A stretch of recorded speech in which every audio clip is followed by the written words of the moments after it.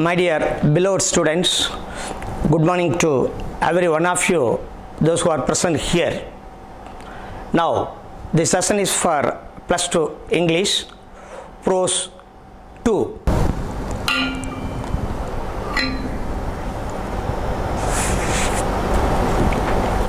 A Nice Cup of Tea, written by George Orwell. Dear children, let us see the glossary words from the lesson A Nice Cup of Tea. First word, cauldron, a noun, a big pot used for boiling. In a military, a big pot is used for boiling tea or boiling water by using the cauldron. Actually, it is a vessel. Second, dangling. It's a verb. The meaning is hanging or swinging loosely. We can ask the students, my dear students, you should not dangle by capturing the rope somewhere else. The next, etiquette. It's a noun. The meaning is socially acceptable behavior. Then fourth one is a hob. It's a noun. The meaning is a flat top part of a cooking stove. Then fifth one is pewter. It's a noun. A grey alloy or a tin with copper and antimony. It is also a vessel which can be used to prepare tea or to cook some other food items. Then rationing, a verb, ration. Restricting, the meaning is restricting the consumption of a scarce commodity during the war. Here, rationing, ration. The less amount of any food items or anything should be given, restricted and given to large number of people. Restriction, that is rationing. Then spout, it's a noun. The meaning is the pipe like opening in a teapot through which the tea is poured out. And next, the last one is swilling. It is also a noun. Here, wash, the meaning is wash or rinse by pouring large amount of water.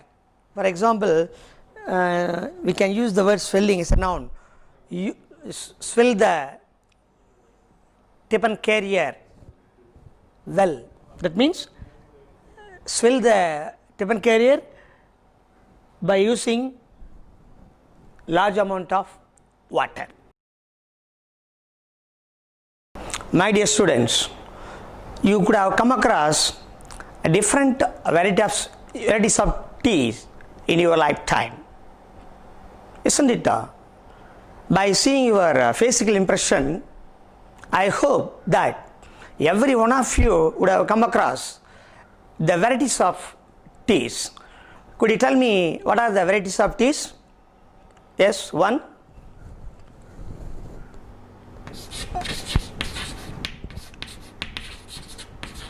Varieties of tea. Could you tell me the different, any one of the different varieties of teas? Okay, herbal tea. Good. Next, yes, iced tea. Very nice of you. Another one is a lemon tea. Okay. Lemon tea. Next, anybody? Yes. Black tea. Black tea. Next, any one of you? Yes. Green tea. Good. Could you tell me any other varieties of teas? Yes. Tea with the milk.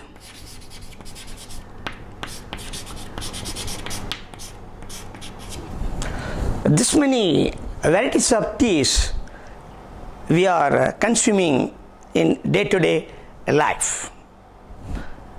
My dear students, we may not consume all varieties of tea, but any one of the varieties of teas we will be consuming daily. Next, I will introduce the author in front of you in audio and video. Within a fraction of a second, the author George Orwell will appear in front of you. I like English cookery, English beer, French red wine, Spanish white wine, Indian tea, strong tobacco, coal fire, candlelight, and comfortable chairs. Go on. I dislike big towns, noise, the motor car, the radio, tinned food, and central heating. Interestingly... And modern furniture. Quite.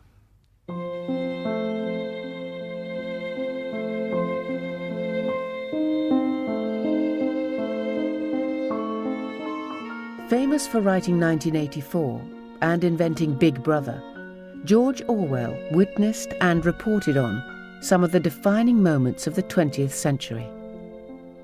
But there are no moving pictures of Orwell, nor are there any recordings of his voice. He did leave a vast written legacy, containing insights on everything from diet to revolution. It's this we used to create his life in pictures. The pictures are invented, but every statement Orwell utters is his own. In an early documentary, Orwell is an imperial policeman. In a film essay, he's a kitchen hand. Roughly speaking, the more one is obliged to pay for food, the more sweat and spittle one is obliged to eat with it. In newsreel, he's glimpsed as a freedom fighter. The perfect cup of tea. My own rules, every one of which I regard as golden.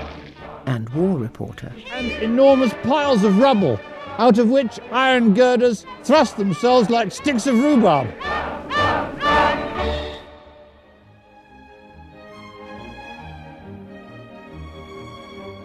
Towards the end of his career, he penned the confessional essay, Why I Write.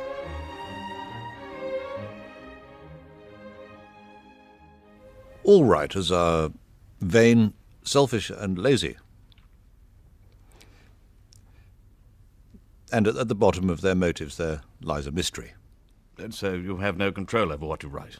Writing a book is a horrible, exhausting struggle, like a long bout with some painful illness. One would never undertake such a thing if one were not driven by some demon one can neither resist nor fully comprehend.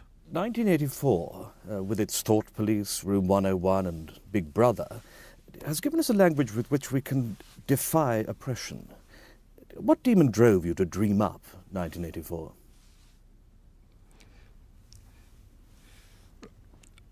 I do not think one can assess a writer's motives without knowing something of his early development. His subject matter will be determined by the age in which he lives. But before he ever begins to write, he will have acquired an emotional attitude from which he will never completely escape.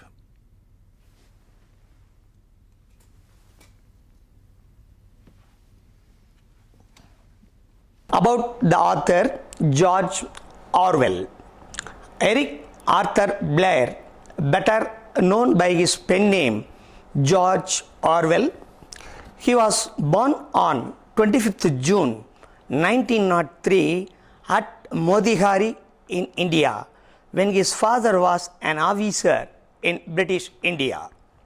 He was an English author and journalist. His work is marked by keen intelligence and wit, a profound awareness of social injustice, an intense opposition to totalitarianism, a passion for clarity in language, and a belief in democratic socialism. In addition to his literary career, Orwell served as a police officer with the Indian Imperial Police in Burma from 1922 to 1927, and he fought with the Republicans in the Spanish Civil War from 1936 to 1937. He was severely wounded when he was shot through his throat. Orwell and his wife were accused of rabbit tracheism and tried in absentia in Barcelona along with the other leaders of the Pound in 1938. However, by then they had escaped from Spain and returned to England. Between 1941 to 1943, George Orwell worked on propaganda for the BBC. In 1943, he became a literary editor of the Tribune, a weekly self-wing magazine. He is best known for the allegorical novel Animal Farm in 1945 and the dystopian novel 1984 in 1949. In 2008, the newspaper The Times ranked him second on a list of the 50 greatest British writers since 1945. He was a prolific polemical journalist, article writer, a literary critic, a reviver, poet, and a writer of fiction, and considered perhaps the 20th century's best chronicler of English culture. A Nice Cup of Tea is written by George Orwell. It was first published in London Standard Evening in 12 January 1946. Actually, it is a discussion about art of making of tea, for in which the author gives his own 11 golden rules to prepare tea. We will see his golden rules one by one. The golden rules of George Orwell.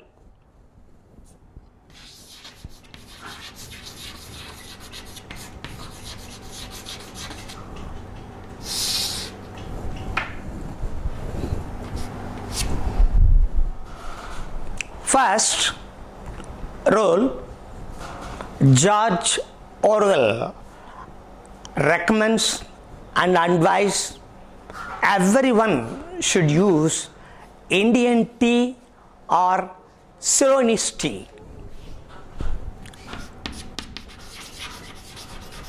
Indian tea or Ceylonese tea.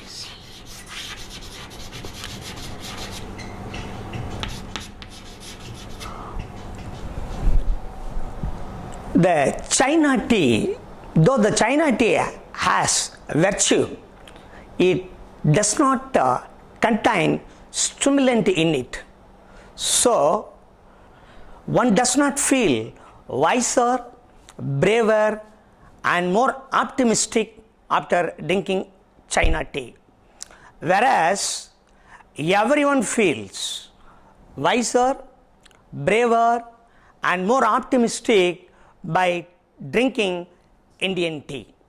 Indian tea has such a famous, world famous tea because there are a lot of reasons are there for best Indian tea. See here, in the world market, there is a abundant demand for Indian tea because of its quality. Why most people like this? There are a lot of reasons. One is tart, sour in taste. Another one is robust flavor. Another quality of the Assam or Indian tea is deep and beautiful aroma and rich in taste. The last one, energy boosting qualities. So because of this reason, Indian tea is famous across the world.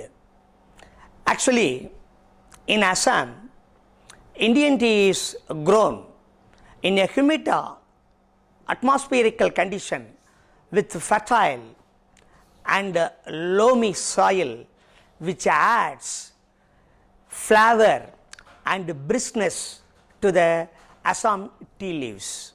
So, Indian tea is sold as breakfast tea all over the world. Assam, in India, the Assam state, second most producer of tea in the world, next to China. Why? We have a suitable climatical condition and suitable soil for the growth of best quality of tea. And there are a lot of advantages of Indian tea. That is why everyone likes. What are the individual benefits? The one is decreasing the risk of heart attack and stroke. Another one, improve the blood circulation in the body. And third one, boost up the mental or brain health. That is why everyone, most of the people likes Indian tea across the world. Photographer, stronger cup tea குடிக்கலாமா? என்ன அந்த கசப்பான டீயா? கசப்பில்ல கண்ணு, சுவையான tea. இந்த பட்ஸ்ல தேயிலைகள் மூடி இருக்கிறதுனால கசப்பை வெளியே வர விடாது. 3 Roses Easy Boil Tea Buds வெறும் 40 ரூபாய்க்கு. ட்ரை செய்து பாருங்கள். Second golden rule of George Orwell. The tea should be prepared in a small quantity in a teapot, which is made up of a china clay or earthenware. China clay or earthenware.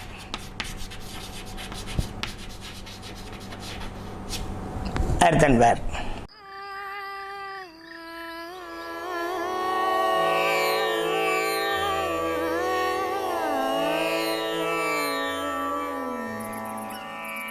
जिंदगी एक race है, कुछ देर के लिए थम जाओ। बेहतरीन चाय का एक प्याला खुद को पिलाओ। पहली चुस्की हवा को धुन में बदल देती है, दूसरी चुस्की कुदरत में छिपे राग सुना देती है, बारिश की बूंदों में नए सांस सुनो, आखिरी चुस्की से पहले कुछ वक्त मिले तो अपने दिल की आवाज सुनो। दिन की एक कप चाय खुद के साथ हो जाए, वाह ताज। The next third rule of the George Orwell in preparing tea, the tea should be very strong, because 1 cup of strong tea better worth than the 20 cups of weak tea or light tea. That is the third rule. Strong tea. Strong tea.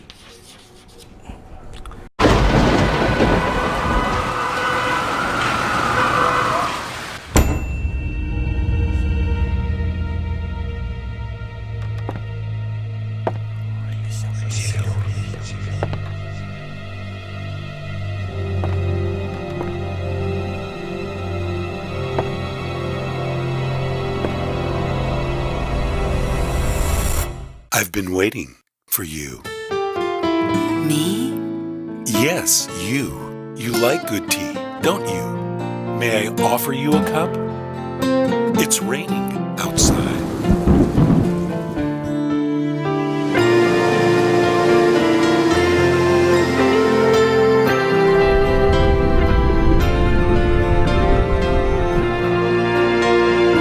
Try it.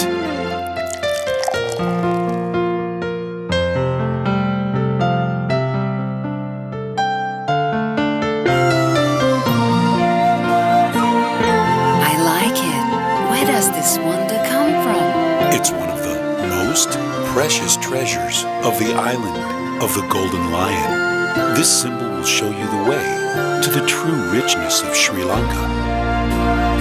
Take it. This tea is for you. Look, the rain is over.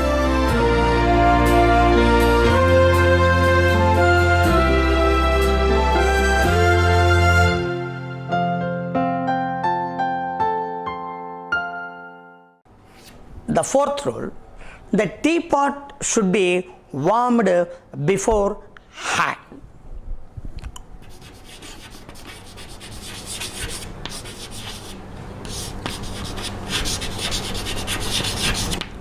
Beforehand. The next point, the fifth rule, the tea leaves should be dropped into the teapot slightly. There should not be any strainers and any muslin bags and any other devices should not be used to imprison the tea. That is the fifth rule of the author. Then sixth rule, one should take the tea pot instead of a kettle. The author, through this, what do you come to understand? The author recommends or advises to prepare a tea only in the teapot, not in the kettle. While preparing tea, the water should be actually boiling at the moment of impact. The seventh rule, after making the tea, one should stir it or better give a pot a good shake after allowing the tea leaves to settle inside the teapot. Good shake. Good shake to settle the leaves. Another eighth rule, one should drink out of cylindrical cup which holds more and keeps the heart, not flat shallow type of cups.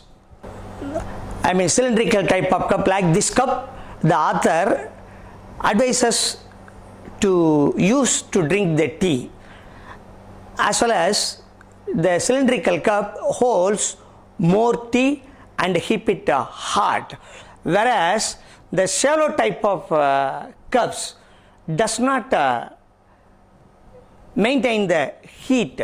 So the author advises to use only cylindrical cup type of cup to drink the tea. One should pour up the cream of the milk before using it for tea, because too much of milk creamy always gives sickly taste. From this, what do we come to understand? The author advises to remove the creamy substance from the milk. The too much of creamy substance in the milk gives a sickly taste. I mean, not good taste. The next 10th rule, one should pour the tea into the cup first and pour the milk according to the requirement of the drinker. From this, what do you come to understand? Now, the author advises to put the tea first inside the cup and ask us to pour the milk second to regulate the amount of milk that holds the cup. Actually, it is a controversial point whether first we have to mix the milk with the tea or tea with the milk. Actually, he himself stated that it is a controversial point in preparing of tea. The next, the last point, the 11th point, the tea should be drunk without sugar to get the real taste and flavor of the tea, because one should add, if anybody add that sugar with the tea, the taste of the sugar will be vary, but we usually habituated to drink the tea with the sugar. But what is the advice of the author to prepare a tea? No? The tea should be prepared without a sugar. If you add sugar, it will reduce the quality of the good tea. It is a last golden rule of George Orwell in connection with preparing of good tea. I will sum up the points once again, one by one. One should use Indian tea or Chinese tea, and the tea should be prepared in a clay or earthenware, and one should drink strong tea. And another one, the teapot, while preparing tea, the teapot should be warmed beforehand, and we should not use any strainers, any muslin bag or any other devices to imprison the tea. The sixth golden rule of George Orwell: the tea should be put into the teapot, not the kettle. And while preparing tea, at the end of taking out the half, we should make a good shake to settle the tea leaves, and we should use the cylindrical cup to drink the tea, not the flat cups, because the cylindrical cups hold more tea with the hot, whereas the flat cups cool down the tea. And the next rule, we should cream up the milk when we take the milk for preparing tea. The 10th rule, we should pour the tea cup in first and then to regulate the milk, the amount that we require. The last item, rule of the George Orwell: the tea should be drunk without sugar, because if you add the sugar with the tea, we may not get to the exact flavor of the tea. In order to get the exact flavor of the tea, the author advises to drink the tea without sugar. Dear students, so far we have seen substance of a nice cup of tea. Now we will go through a line by line given in the textbook. Let us start. If you look up tea in the first cookery book that comes to hand, you will probably find that it is unmentioned, or at most you will find a few lines of sketchy instruction which give no ruling on several of the most important points. This is curious, not only because the tea is one of the most mainstays of in this country, as well as in Ireland, Australia and New Zealand, but because the best manner of making it is the subject of violent disputes. When I look through my own recipe for the perfect cup of tea, I find no fewer than 11 outstanding points. On perhaps 2 of them there would be petty general agreement, but at least 4 others are acutely controversial. Here are my own 11 rules, every one of the rule which I regard as golden. First of all, one should use Indian or Ceylonese tea. China tea has virtues which are not to be despised. Nowadays, it is economical and one can drink it without milk, but there is not much stimulation in it.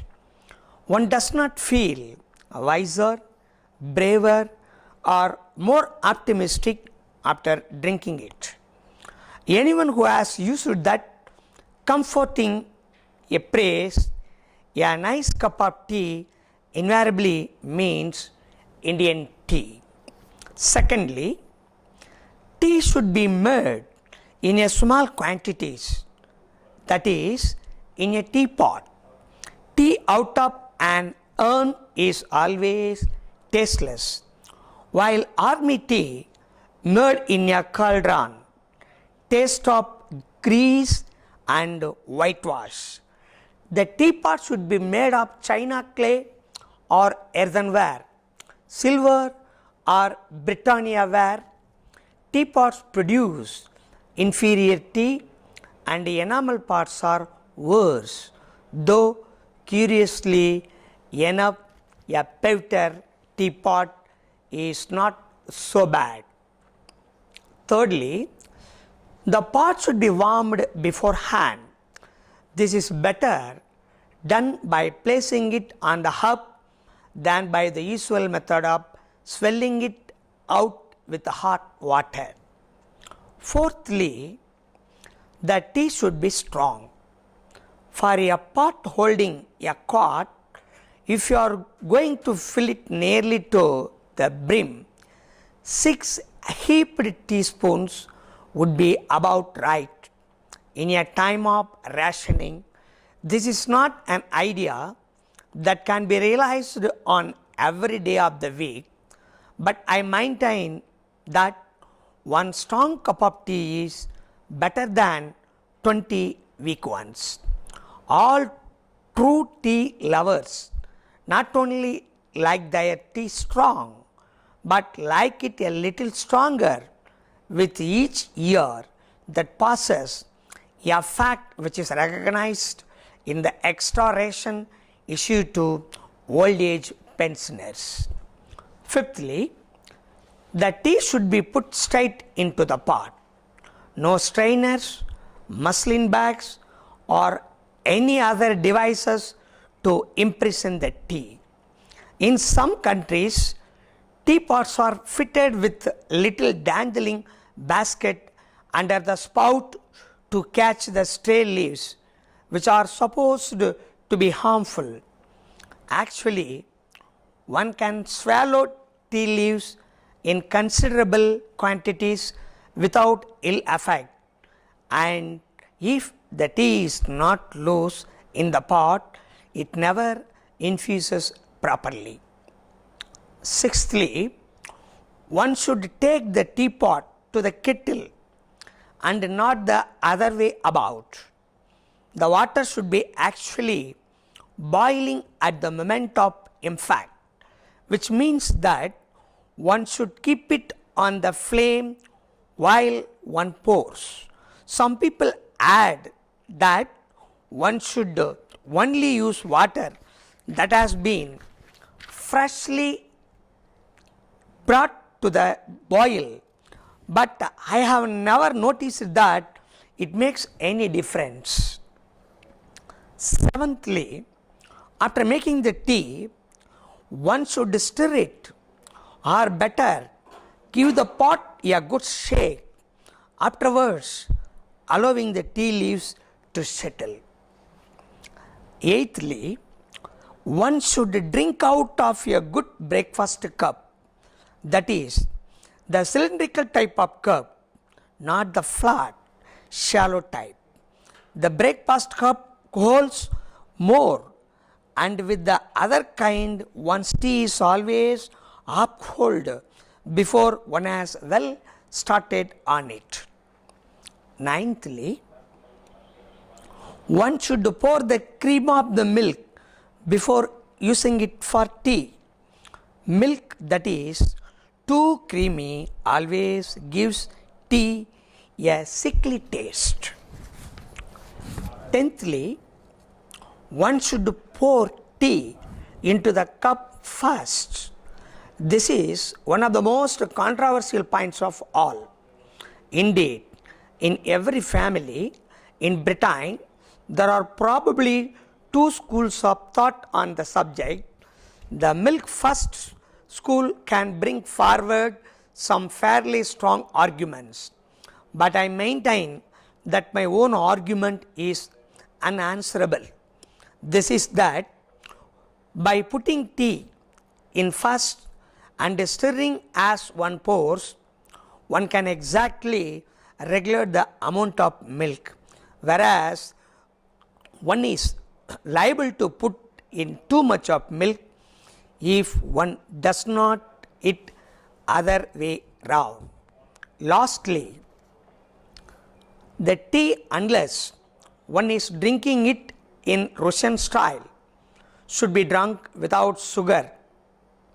I know very well that I am in a minority here, but still, how can you call yourself a true tea lover if you destroy the flavor of your tea by putting sugar in it? It would be equally responsible to put in pepper or salt. If you sweeten it, you are no longer tasting the tea. You are merely tasting the sugar. You could make a very similar drink by dissolving sugar in plain hot water. Some people would answer that they do not like tea in itself, that they only drink it in order to be warmed and stimulated, and they need sugar to take the taste away. To those misguided people, I would say, try drinking tea without sugar for, say, a fortnight, and it is very unlikely that you will ever want to ruin your tea by sweetening it again. These are not the only controversial points to arise in connection with tea drinking, but they are sufficient to show how subtilized the whole business has become. There is also the mysterious social etiquette surrounding the teapot. To drink out of your saucer or instance, and much might be written about the subsidiary uses of tea leaves, such as telling fortunes, predicting the arrival of visitors, feeding rabbits, healing burns, and sweeping the carpet. It is worth paying attention to such details as warming the pot and using water that is really boiling, so as to make quite sure of wringing out of one's ration the 20 good strong cups of that 2 ounces properly handled ought to be represented. Examination point of view, and we have to collect the words from the lesson, and we have to prepare the synonyms and the antonyms for the words. I have listed out some words from the lesson. We will find the synonyms and antonyms for the words. The first, considerable, meaning is significant. Considerable, significant. The next, controversial, arguable or disputable. Curious, meaning is interesting. Dangling, hanging freely or suspended. Then despised, hated. Forward, move towards. Then invariably, always. Liable, responsible. Minority, the smaller number. Then mysterious and incomprehensible. These are the words and synonyms. Once again, I would like to remind you: considerable, significant; controversial, arguable or disputable; curious, interesting; dangling, hanging freely or suspended; despised, hated, forward, move towards, invariably, always, liable, responsible, minority, the smaller in number, mysterious, incomprehensible. For the same word, we can find out antonyms also. Considerable, insignificant. Controversial, agreeable. Controversy, agreeable. Then curious, uninteresting. Dangling, rigid. Despised, loud. Forward, backward. Invariably, never. Liable, irresponsible. Then minority, majority. Then mysterious, transparent. These are all antonyms for the words. Once again, I would remember the antonyms: considerable, insignificant; controversial, agreeable; curious, uninteresting; dangling, rigid; despised, loud; forward, backward; invariably, never; liable, irresponsible; then minority, majority; mysterious, transparent. The next, optimistic. Word synonym for this, positive or hopeful. Then predicting. Synonyms, anticipating. Reasonable. Synonyms, agreeable. Ruin synonym, ruin, destroy. Then unanswerable synonym, unexplainable. Violent synonym, rough or destructive. Worth synonym, value. Wringing, extremely wet. Once again, I'll remember you the words and the meaning: optimistic, positive or hopeful; predicting, anticipating; reasonable, agreeable; ruin, destroy; unanswerable, unexplainable; violent, rough or destructive; worth, value; wringing, and extremely wet. Let's go for antonyms for the words. The same word: optimistic, pessimistic; predicting, ignore; reasonable, unreasonable; ruin, create; unanswerable, answerable; violent, gentle or calm; worth, antonym, worthless; then wringing, extremely dry.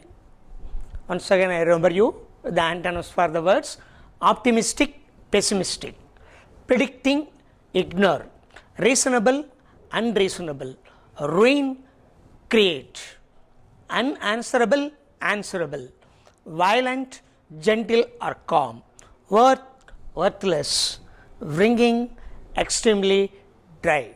Okay, my dear students, go through the lessons fully from top to bottom and read well. And when you come across any doubt, call me, ask me, I will explain. Thanking you.